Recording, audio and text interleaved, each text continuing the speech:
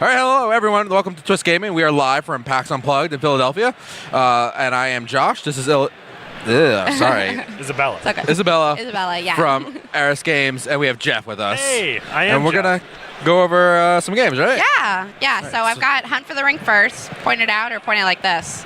I don't know. There we go. Damn, it's right there. Hunt for the Ring, right there. There. Yes. So so this plays out the part of the story where it's first your journey to Bree and then your journey to Rivendell. So one player is going to be Frodo, and his movements are hidden and secret. He's got a shield. Got it right on top there. I can show you. Shield like that.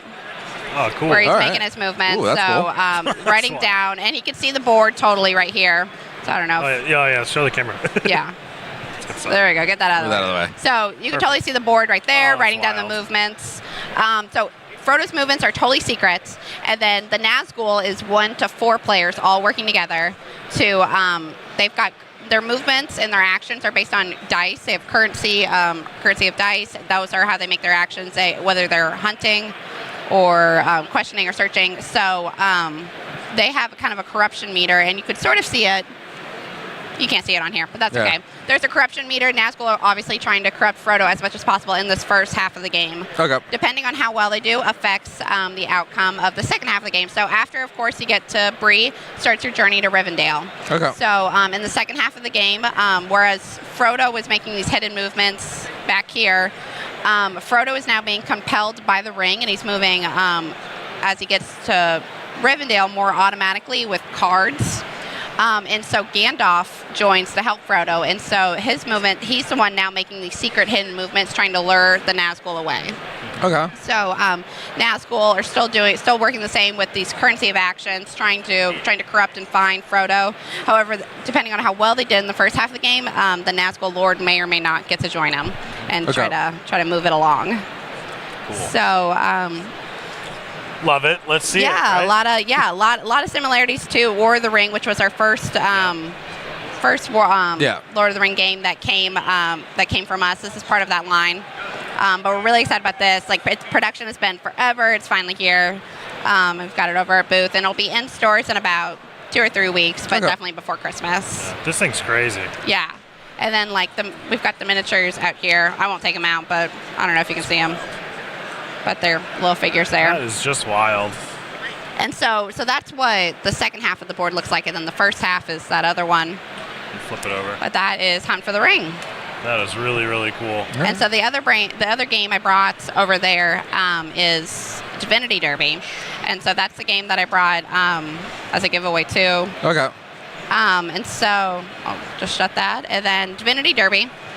Is a game where you are a god and I'm a god, you're a god. We're all coming to join Zeus on Mount Olympus. Okay. And so after dinner and drinks and dessert, we decided that we should be betting on the mythical creatures flying around Mount Olympus.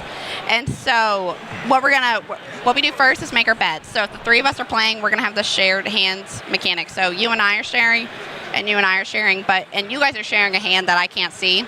So we all have kind of imperfect information, and that is kind of what we base our bets on. Okay. So based on the little bit that I can see, I'm going to place my bets, keep them face down, and then starts the racing rounds. We're going to use these cards that we have access to and kind of move forward the creatures that we'd like. Okay. And so then halfway through the game, we'll have another round of betting now that we have a little bit more information. And then at the end of the race, we'll just rack them up, and then we'll see if there's any cheaters. So basically, some of the creatures have the ability to cheat, so they play dirty tricks. And so Zeus may or may not be watching. So we're going to shuffle all of the cheater cards together with some Zeus protection cards and draw 2 and see how they fared, see if Zeus protected them or not, see if they were disqualified. That'll change the total end of the race. Okay. And then we'll see who the winners was. 3 races in a game. Cool. So those are Divinity Derby and Hunt for the Ring. Those are 2 big releases at the show, and they're both just finally here. We've been working on them all year and kind of announced production, and so ready finally in time for Christmas. Yeah. All right. There Can we take a look at this? Yeah, let's open it up. Yeah. The box set. So here's what the board here's our racetrack. And so we would each be a god. So like we've got Give me a couple of those. yeah. You can put them under the documents. Put them Okay. up there. We've got Odin right here. Oh, these are really cool. We've got Horus. So each of us would be one of these gods, and then we Okay. all have the same betting cards. Each of us have different abilities, but we all have the same betting hands. So none of us know what our bets are when we keep it face down like that. And then these are our racing Yeah. figures. Put those under the scanner there. These look really cool. I don't know if they can see that. Oh my goodness. There we go.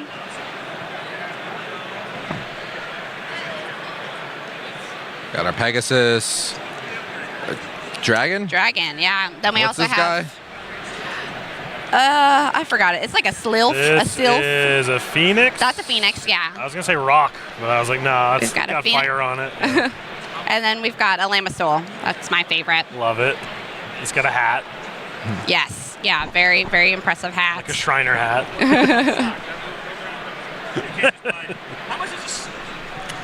Amazing. And then we've got the Zeus protection cards if there was cheating. We've got the movement cards back here.